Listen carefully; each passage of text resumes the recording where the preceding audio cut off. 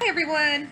In this tutorial I'm going to show you how to do the practice editing for our distortion of proportion project.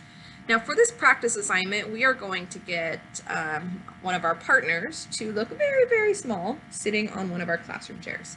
So first you need to take your pictures, and I actually gave myself two different options to see which one would work better. So this one I had my legs up because I don't want my legs sitting on the ground. That won't look realistic. Remember, as we shrink a person, their legs are going to dangle off the chair because they're not going to be so big anymore.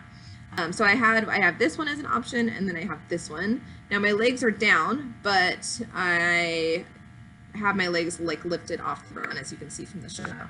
So that hopefully that looks fairly real. Okay, so I think I'm going to go with this image. Now, I did use a tripod because I took these pictures myself, so I used a self-timer instead of a tripod. You can also use a self-timer if you want to take pictures of yourself, or a tripod just to keep things in the same place. I do suggest that because once you take a picture of your subject on the chair, outside, in the sun so that we can see shadows, you want to take the same picture of the chair without the subject. So that's what I have here. This is our background photo. This is our subject photo. So I've already done the work of selecting my subject, but just as a reminder, you have a couple different selection tools. You have your lasso tools, your marquee tools, your other selection tools like quick selection. The lasso and quick selection are probably going to be really great tools, but I would suggest starting with select and subject. It'll take Photoshop a little bit of time to probably find your subject, but select it pretty well.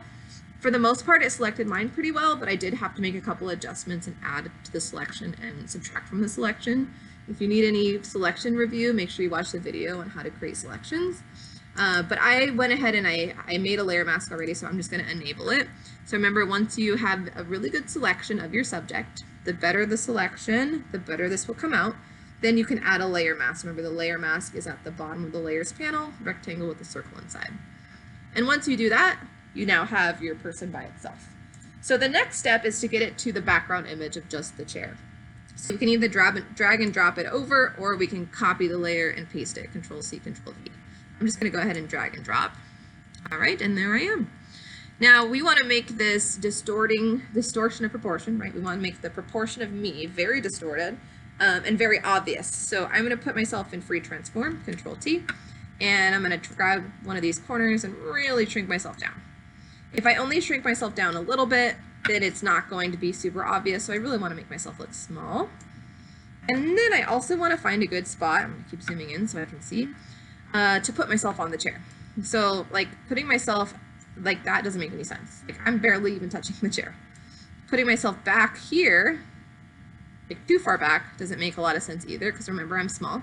So I would probably be at the front of the chair, but it really just depends on how you took your pictures.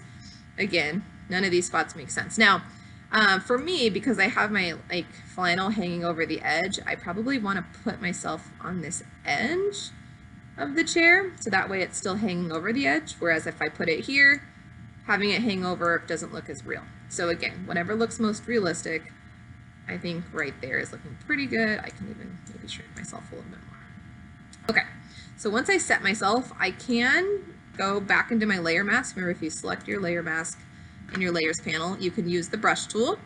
Remember, you can change the size here with the sliders or the bracket keys on your keyboard. The hardness of the brush just means how precise the edges are. So 100% is very precise, 0% is very soft. So I'm going to go kind of towards the precise edge. And using black, you can remove, and using white, you can add. So I'm just going to remove this little area that I didn't realize earlier. This was kind of like a natural shadow I had while sitting on the chair, so I'm just gonna paint it away. You could also, like, sometimes I find selecting an area first is a little bit easier, because then you don't have to paint as precisely. So I can make a bigger brush and just like really easily paint that away and then deselect. And so let me see if I need to fix anything else. Okay, that looks pretty good. I'm gonna go ahead and go with it. Let's zoom out again. All right, so to be honest, I look distorted. I'm sitting on the chair, but I'm lacking a shadow. So remember, in the original image, let's go back to it just so we can see. If I disable the layer mask again, you can see I've got my shadow ends up on the ground. Okay, some of it ends up on the chair, some of it ends up on the ground. Keep in mind, I've now shrunken myself down, and usually shadows end up on the surface of something. And because I'm so small, my shadow should end up on the chair. So let's go with that. Alrighty, so let's go ahead and get into shadows. So we're going to right click on the layer of me, blending options. When that window pops up, we want to make sure that we select drop shadow. I'm also moving it a little bit out of my way so I can see what I'm doing. And make sure you click on the word drop shadow. If you just select it, you won't get all the settings that you really need. And now we need to match our shadow with the shadows that are in our background image. So specifically looking at the chair and the fence shadows in this image, and even more so the chair because it's closer to us. If you notice the shadows that are farther away, they're lighter and less precise, whereas the shadows in the front here are more precise on the edge and a little bit darker in value. So I want to mimic that. So right now here's what my settings look like, and it actually looks okay, but I just want to show you what they do. So with opacity, this is going to determine how dark the shadow is. 100% is fully opaque, black shadow, probably not realistic, doesn't match. So I want to lower this until I get a similar value. I think that looks pretty good. We don't have to worry about angle or distance, but we do want to look at spread and size. So spread is the edge of the shadow. As I lower it, it becomes a very soft shadow. As I raise it, it becomes a very precise shadow, and sometimes look a little crazy, to be honest. So I'm gonna lower it. Now this shadow is a very precise shadow on the ground, but with too much spread, you get some weird stuff and like really weird edges. So, I mean, I could always get rid of that later, but I'm just gonna go ahead and lower it a bit. Maybe to there. Okay, and then size is kind of similar. If you make a really big size, the shadow is just gonna spread, and that's not the look we're going for. We want it to be as real as possible. So you could probably keep it at 0. It's gonna be the same exact size as your subject, or we can make it a little bit bigger. That will soften the edges just a bit and make things less like detailed on the edges. I think that looks pretty good. I might lower that down just a little bit. Okay, I would rather make the shadow too dark because we can always lower it later, but it's harder to make it darker. Okay, I think it looks pretty good. I'm gonna press OK. Now, the next step is to put the shadow on its own layer. I think just to be safe, we should make a duplicate of this layer. So I'm gonna right click on this one and choose duplicate layer. And that's just gonna give me an extra in case I need a new shadow later. So I'm gonna make one of them invisible. And the one that is visible, I'm gonna right click on the FX and create my own layer for my shadow. If a dialog box comes up, just press OK. And then on the layer with the shadow, we can now start to transform it. So let's go ahead and get into free transform. And if we look at the shadows of the chair, the sun looks like it's coming from in front of me to my right. So from our view, it's to the left. And so the shadow is going in the opposite direction, kind of towards the back to the right. So I want to do something similar, but if I just rotate it, it's like almost there. Now, we don't want any of these shadows to hang over the edge, but we'll fix that later.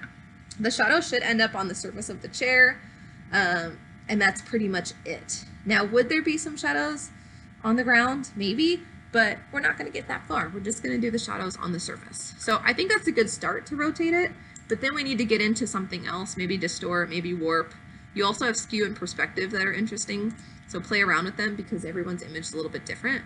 And I want to distort this enough to where everything's mostly on the chair. Now, as I bring this down, though, the knee gets a little weird.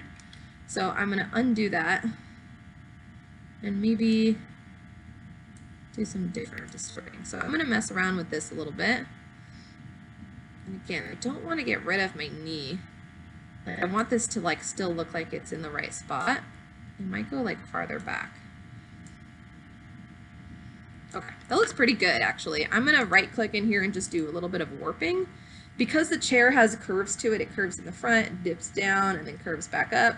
We can mimic kind of something similar. We can mimic something kind of similar with the warp tool and just kind of get things to curve along with it because it kind of indents there. I think that makes sense. And again, things are angled more, so I'm just angling it using warp.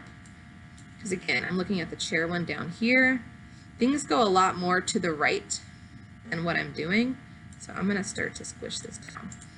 Okay, and I'm just going to keep switching things. Like what if I put it in perspective? Does that... help at all? Remember, while you're in free transform, you can undo. That's not bad, actually. I'm gonna go into distort. So I just like kind of going back and forth and figuring out what's working. And I think I want this to be just a little bit more angled. Okay, now it's very possible, even though I'm small, that like my shadow like of the top of my head, it wouldn't be on the chair. So if that's still hanging off, I think that's okay. And again, I'm just trying to mimic what's happening there. Okay, so I think that looks pretty good. We're gonna set it and then remove the excess shadow and see if we like it. So right now that looks all right, but there are spots where there shouldn't be a shadow. Like this is not the last step. So where it hangs off the chair here, down here, because even though like my legs are dangling, they wouldn't have a shadow connected to them. So anywhere the surface of the chair stops, the shadow stops. This shadow right here doesn't make sense where it's at, so I have another trick to help us out there too. So the first thing I'm going to do is I'm going to make a copy of the shadow. So we're going to right click and duplicate. And the reason I'm doing that is sometimes just on one shadow things don't quite line up. So I'm going to make one of them invisible.